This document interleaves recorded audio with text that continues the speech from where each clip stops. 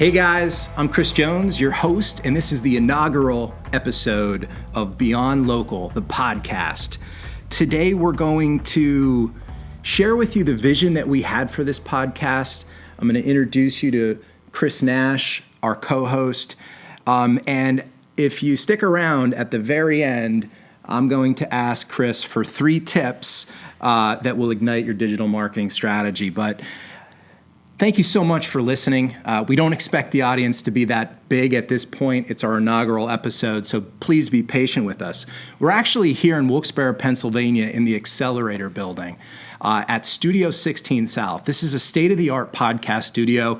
We have 2 cameras pointing into us that are both top of the line. We have the ability to have up to 3 guests, including the host, in addition to the host, I should say. And we have a lot of flexibility in the way that we do these podcasts. But being that this is Beyond Local, it's really sponsored by and supported by LSEO. So we're going to be talking about digital marketing strategies. And the way that I like to think about it, because I come from the technology space, I've built technology my whole career, I actually like to call it growth marketing.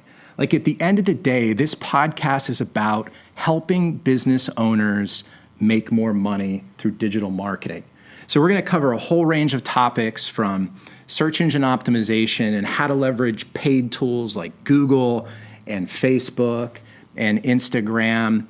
And one of the nice things about, I think, the location of this podcast is that the Accelerator really represents what I like to call peeling back the onion, right?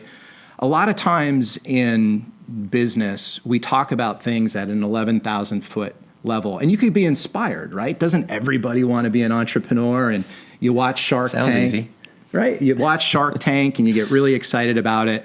But I really think that this building and this podcast in particular represents an opportunity for us to peel back the onion. So Kris, you were very much part of the early production of this concept.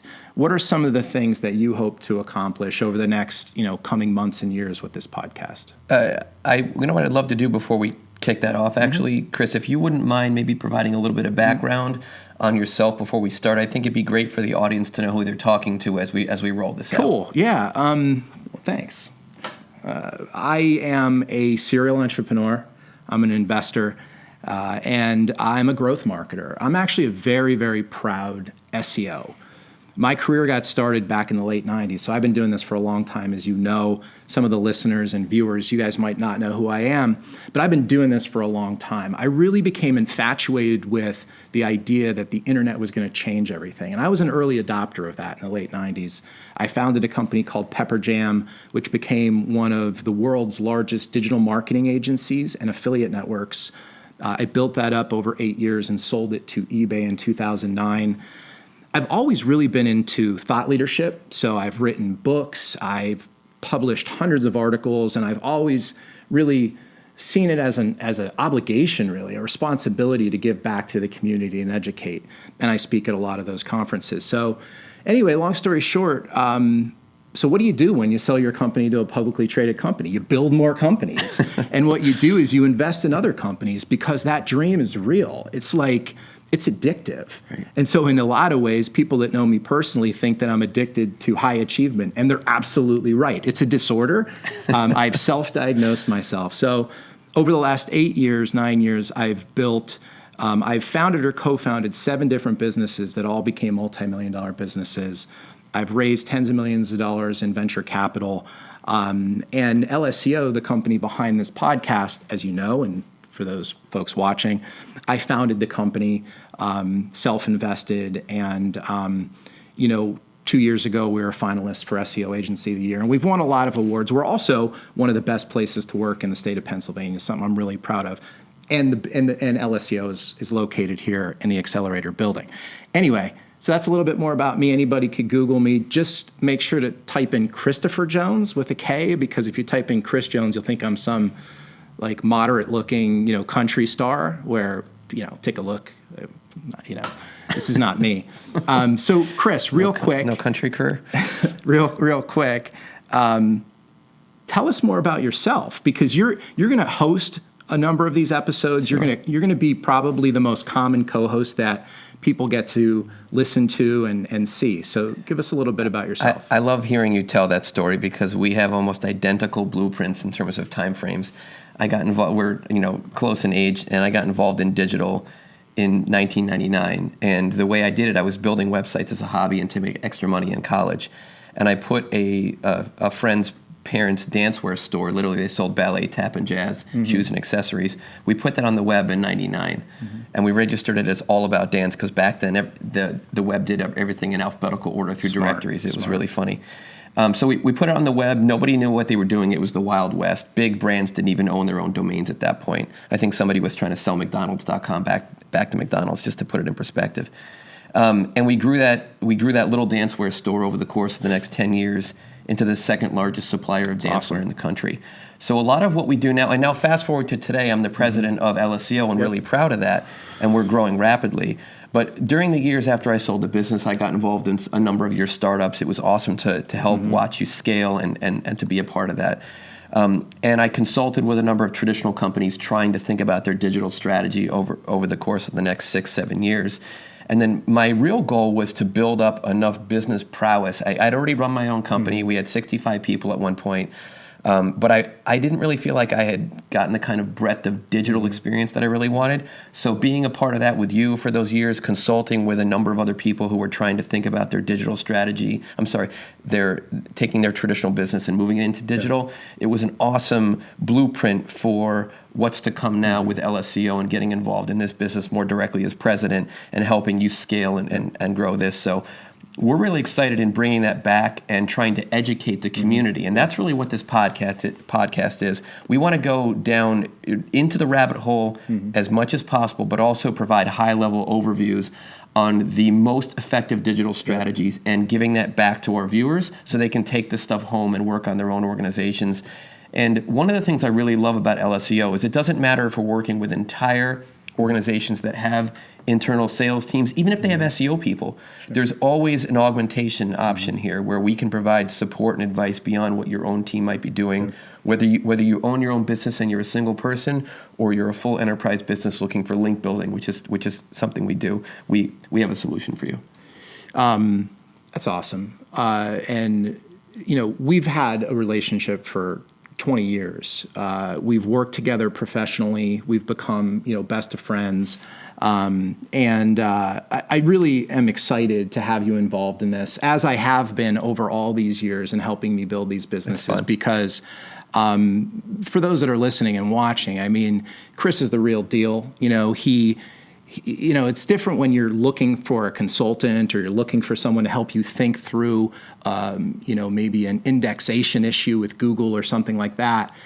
But when someone has been on the front lines for 20 years, consulting at the highest of levels, and now running, one of the nation's leading digital marketing agencies in LSEO, I consider myself fortunate to have you as a partner. Thank you. Likewise. At LSEO and you running the day-to-day operations of the company.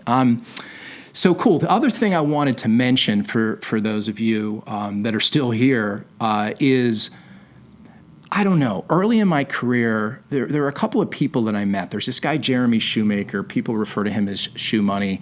I've known Jeremy for a long time, and I would see Jeremy stand up and literally give step-by-step how he was making millions of dollars online. I listened to him. He and I are still friends, but we became good friends, and I thought, you know what? That's how I am. That's who I am. I have no problem with, being very specific and actionable with regards to how to leverage the internet to make more money and to grow your business. So the ethos at LSEO is very much like that. We do a lot of this type of thing where we're trying to educate people. I'm a big believer that self-education is really at the core of successful entrepreneurship. I'm constantly reading. I'm constantly trying to get more information so that I could be more effective Well, it's at literally what I do. plastered on our wall upstairs. I mean, personal and professional development is one of our core principles, and we put it on the wall. Exactly. Exactly. And there's this guy that I know you and I admire, and it's been part of a number of the companies we've built and scaled together. It's a gentleman by the name of Chet Holmes. And Chet Holmes wrote this book called The Ultimate Sales Machine. It's our Bible. It is our Bible. I don't know how many. It's probably the book that I've read the most. It's up there with like How to Win Friends and Influence People and How to Think Positive and those core kind of staple business books. But I just wanted to share that, Chet is a big believer in something called educational marketing. Right? The purpose of this let me tell you what this podcast is not about. It's not about selling you anything. It's about educational marketing. It's about the willingness to peel back the onion, really think through complex ideas and basic ideas to help you win, to help you become more successful. I don't think you should have any expectations that we'll ever try to sell you anything. It's really about together becoming more successful. So with that said, and to close out our inaugural episode, I'd like to ask you a very important question. And that question is, what would be your 3 tips to ignite a digital marketing strategy? Now, I don't want to restrict it to just like a particularly sized business. If you have a finite amount of money and you had 3 tactics that would be in your best interest to leverage to grow your business, what would they be? I think the first one, what I've noticed over the years, and this is something that seems so obvious on one hand, but not enough companies do it. And if for anyone watching that's been to our seminars, you'll hear this theme constantly. But one of the first things you can do is retool your marketing up so it actually focuses on the customer or the client. And what I've noticed in marketing material, in brochures, even in website copy, in ads that are on the internet, the first thing that everybody does is they bullet the 3 things about their business that they talk about. But the most important aspect is thinking about your audience first, the pain points. So you mentioned Chet Holmes earlier. One of the things that Chet Holmes does better than anybody is he knows he needs to speak to everyone in the room, not just the 3% that are buying at that moment.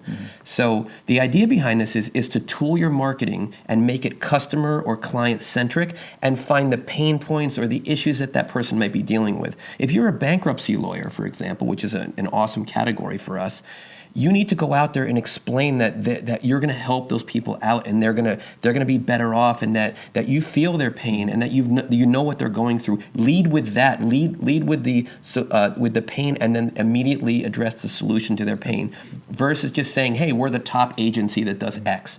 That really is not going to address that market. So the first thing I would recommend is think about that in your marketing material. You will get a better response, better interaction, and people will feel like you care about them, which is really the first step. So that is my primary tip across the board with marketing.